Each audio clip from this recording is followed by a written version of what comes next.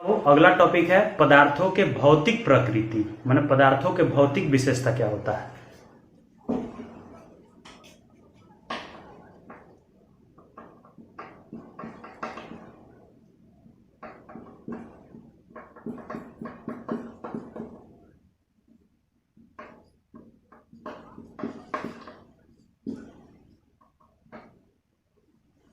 पदार्थ के भौतिक प्रकृति मतलब पदार्थ के भौतिक विशेषताएं कौन कौन सी हैं, पदार्थ के भौतिक गुण कौन कौन सी हैं।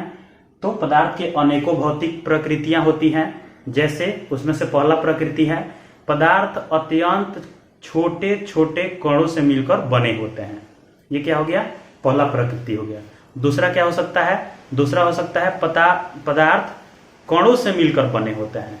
तीसरा हो सकता है पदार्थ के कणों के बीच रिक्त स्थान पाया जाता है। पदार्थ के कणों के बीच क्या होता है, रिक्त स्थान पाया जाता है।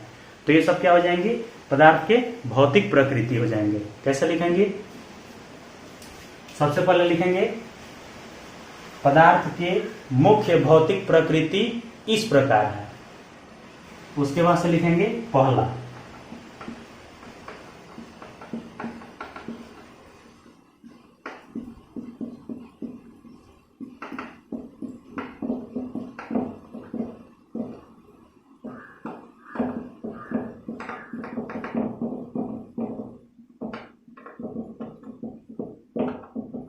पदार्थ कणों से मिलकर बने होते हैं। दूसरा हो जाएगा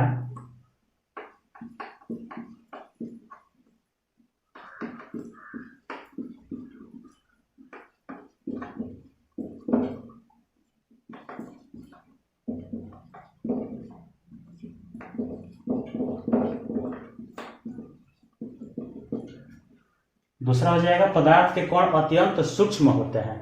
तीसरा क्या हो जाएगा,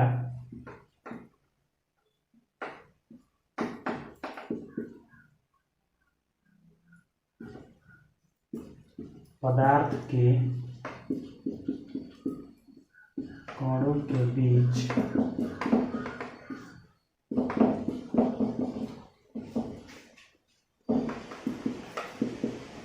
रिक्त स्थान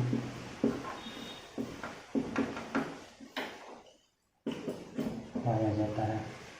तीसरा क्या हो जाएगा, पदार्थ के कणों के बीच रिक्त स्थान पाया जाता है। चौथा क्या हो जाएगा,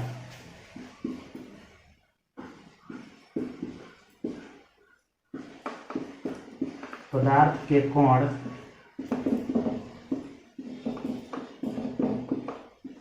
एक दूसरे को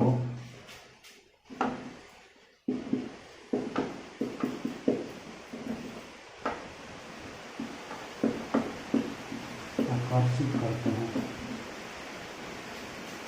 चौथा क्या हो जाएगा, पदार्थ के कण एक दूसरे को आकर्षित करते हैं। पांचवा क्या हो जाएगा,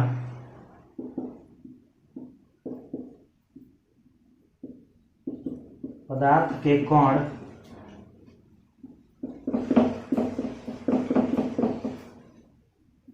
गतिशील होते हैं। पांचवा क्या होगा, पदार्थ के कण गतिशील होते हैं। तो ये सब क्या है, ये पांच पदार्थ के भौतिक प्रकृति हैं। भौतिक प्रकृति माने पदार्थ के भौतिक स्वरूप है, भौतिक विशेषता है, भौतिक गुण है। तो अब हम लोग एक एक करके सबके बारे में समझेंगे। सबसे पहला क्या है, पदार्थ कणों से मिलकर बने होते हैं। इसका अर्थ ये हुआ कि दुनिया में जितने भी पदार्थ हैं वे सब छोटे छोटे कणों से मिलकर बने होते हैं। माने किसी न किसी कण से मिलते हैं तभी जाके क्या किसी न किसी पदार्थ का निर्माण होता है। एग्जाम्पल कैसे समझेंगे, जैसे मान लीजिए हमको रोटी बनाना है, तो रोटी बनाने के लिए क्या करेंगे, हम लोग गेहूं को पिसवा के उसका आटा बनाएंगे और आटा के छोटे छोटे कण जब आपस में मिलेंगे तब जाके क्या बनेगा, रोटी बनेगा। या आप लोग जैसे मान लीजिए आरा मशीन पे गए होंगे तो आरा मशीन पे देखेंगे बड़े से बड़े लकड़ी को काटा जाता है तो उसमें छोटे छोटे बुरादा निकलता है, छोटे छोटा भूसी निकलता है। तो उससे हमको ये पता चल रहा है कि लकड़ी का बड़ा सा गुटका जो है वो छोटे छोटे बुरादा से मिलकर बना है, छोटे छोटे कणों से मिलकर बना है। पहला समझ गया। दूसरा क्या है, पदार्थ के कण अत्यंत सूक्ष्म होते हैं। दूसरा क्या है, पदार्थ के कण अत्यंत सूक्ष्म होते हैं, माने जिन कणों से मिलकर पदार्थ बने हैं वे बहुत छोटे छोटे होते हैं, बहुत छोटे छोटे, बहुत ही छोटे छोटे। तो बहुत से छोटे छोटे कण आपस में जब मिलते हैं तब जाके किसी बड़े पदार्थ का निर्माण होता है। जैसे मान लीजिए घर बनवाना है, तो घर बनवाने के लिए ईंट, सीमेंट, बालू, पानी इन सबको मिलाया जाएगा तब जाके क्या घर बनेगा। तो घर बनवाने के लिए जो छोटे छोटे कणों का इस्तेमाल किया जाता है, जैसे बालू के कण हो गए, मिट्टी के कण हो गए, सीमेंट के कण हो गए, इन छोटे छोटे कणों को मिलाया जाएगा तब जाके क्या बनेगा, घर बनेगा। तो इस तरह से क्या होगा, पदार्थ के जो कण होते हैं वो कैसे होते हैं, बहुत छोटे होते हैं, बहुत बारीक होते हैं। अगला पॉइंट क्या है, पदार्थ के कणों के बीच रिक्त स्थान पाया जाता है। माने जितने भी पदार्थ होते हैं उनके कणों के बीच क्या पाया जाता है, रिक्त स्थान। रिक्त स्थान माने खाली जगह पाया जाता है। खाली जगह जो पाया जाता है उसको हम लोग कहते हैं अंतराणविक स्थान। क्या कहते हैं,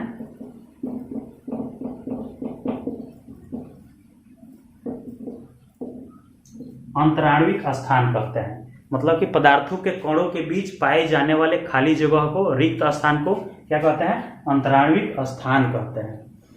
तो इसको कैसे समझेंगे, जैसे मान लीजिए कि नया नया जब घर बनता है तो हम लोग दीवालों के ऊपर पानी डालते हैं। तो पानी जब डालेंगे तो आप लोग ध्यान से देखे होंगे कि वो पानी अंदर ही सूख जाता है। तो इसका अर्थ ये हुआ कि दीवार के कणों के बीच, ईंटों के कणों के बीच छोटे छोटे खाली जगह पाए जाते हैं। और पानी जो हम लोग डालते हैं वो पानी के कण, उस कण के अंदर जो खाली जगह है जिसको हम लोग क्या बोलते हैं, अंतराणविक स्थान बोलते हैं, उसके अंदर जाके समा जाते हैं। तो इससे हमको ये पता चल रहा है कि पदार्थ के कणों के बीच क्या होता है, खाली जगह होता है, रिक्त स्थान पाया जाता है। जैसे मिट्टी के बर्तन, घड़ा में आप लोग जब पानी डालेंगे तो 2-4 बूंद पहले डालेंगे तो 2-4 बूंद पता ही नहीं चलेगा कहाँ चला गया। तो इसका अर्थ ये हुआ कि घड़े के जो कण हैं उनके बीच खाली जगह है, उसके अंदर पानी जाके समा गया। या सूखा हुआ ईंट है, ईंट के ऊपर जब पानी डालेंगे तो पानी उसके अंदर सूख जाएगा। तो इसका अर्थ क्या हुआ, उसके अंदर खाली जगह है। या जैसे मान लीजिए हम लोग स्पॉन्ज खाते हैं, रसगुल्ला खाते हैं, तो रसगुल्ले को पानी के अंदर जैसे ही डालेंगे वो पानी को सोख लेता है। इसका मतलब कि उसके अंदर खाली जगह है और उस खाली जगह में जाके पानी समा गया। तो इससे ये स्पष्ट होता है कि पदार्थ के कणों के बीच रिक्त स्थान पाया जाता है, खाली जगह पाया जाता है। अगला पॉइंट क्या है, पदार्थ के कण एक दूसरे को आकर्षित करते हैं। माने पदार्थ के जो कण होते हैं वे एक दूसरे को अपनी ओर खींचते हैं। जैसे चुंबक अपनी ओर लोहे को क्या करता है, आकर्षित करता है, खींचता है। ठीक उसी तरह से पदार्थ के जो कण होते हैं वे एक दूसरे को आकर्षित करते हैं, एक दूसरे को अपने में सटाने की क्षमता रखते हैं। और इस गुण को हम लोग कहते हैं अंतराणविक आकर्षण बल।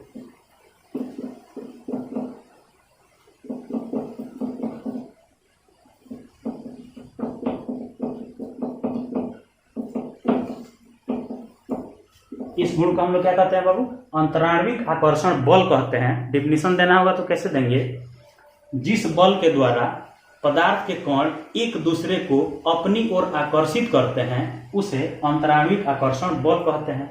इसी बल के कारण पदार्थ के जो कण होते हैं वे एक दूसरे को आपस में आकर्षित करके, एक दूसरे को आपस में सटा के, चिपका के रखते हैं, जिससे पदार्थों का निर्माण होता है। जैसे लोहे की कोई चीज बनाना है, तो लोहे की चीज बनाना है तो उसके लिए क्या करेंगे, लोहे के छोटे छोटे कणों को आपस में हम लोग लाके वेल्डिंग करेंगे और तब उससे क्या होगा, किसी न किसी, जैसे मान लीजिए कुर्सी बनाना है तो कुर्सी का निर्माण होगा, टेबल बनाना है तो टेबल का निर्माण होगा। मिट्टी का हम लोग घड़ा बनाते हैं तो उसके अंदर जब पानी डालेंगे तो उसके जो कण है एक दूसरे को आपस में चिपकाने लगेंगे और इस तरह से एक घड़ा का निर्माण हो जाएगा। तो इससे यह स्पष्ट होता है कि पदार्थ के जो कण होते हैं वे एक दूसरे को आकर्षित करते हैं, एक दूसरे को अपने अंदर चिपकाने की क्षमता रखते हैं। और उसमें जो बल का प्रयोग होता है वो कौन सा बल है, अंतराणविक आकर्षण बल। और उसके अंदर जो खाली जगह होगा उसको बोलते हैं अंतराणविक स्थान। अगला पॉइंट है, पदार्थ के कण गतिशील होते हैं। इसका अर्थ ये हुआ कि पदार्थ के जो कण हैं वे हमेशा घूमते रहते हैं, इधर उधर घूमते रहते हैं। कैसे घूमेंगे, जैसे मान लीजिए कि हम लोग अपना खेत कटवा देते हैं, मिट्टी निकलवा देते हैं तो वहाँ गड्ढा हो जाता है। फिर कुछ दिन बाद देखेंगे जब बारिश आएगा तो अगल बगल की जो मिट्टी है वे पानी के साथ आके उस गड्ढे में इकट्ठा हो जाएंगी और धीरे धीरे 3-4 साल 5 साल के बाद से वो गड्ढा धीरे धीरे भर जाएगा। इसके अलावा हम लोग इसको समझने के लिए एक बढ़िया सा उदाहरण लेंगे।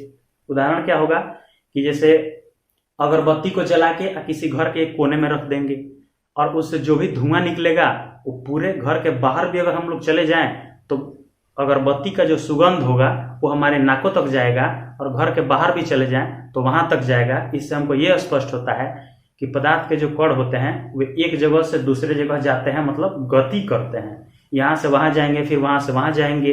जैसे बालू अगर कहीं हम लोग इकट्ठा करके छोड़ देते हैं तो हवा से उड़ के यहाँ से उड़ के वहां जाएंगे, वहां से उड़ के वहां जाएंगे।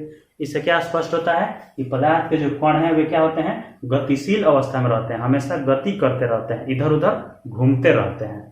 तो ये पांचों का पांचों पदार्थ का जो भौतिक प्रकृति है आप लोग अच्छा से समझ गए होंगे।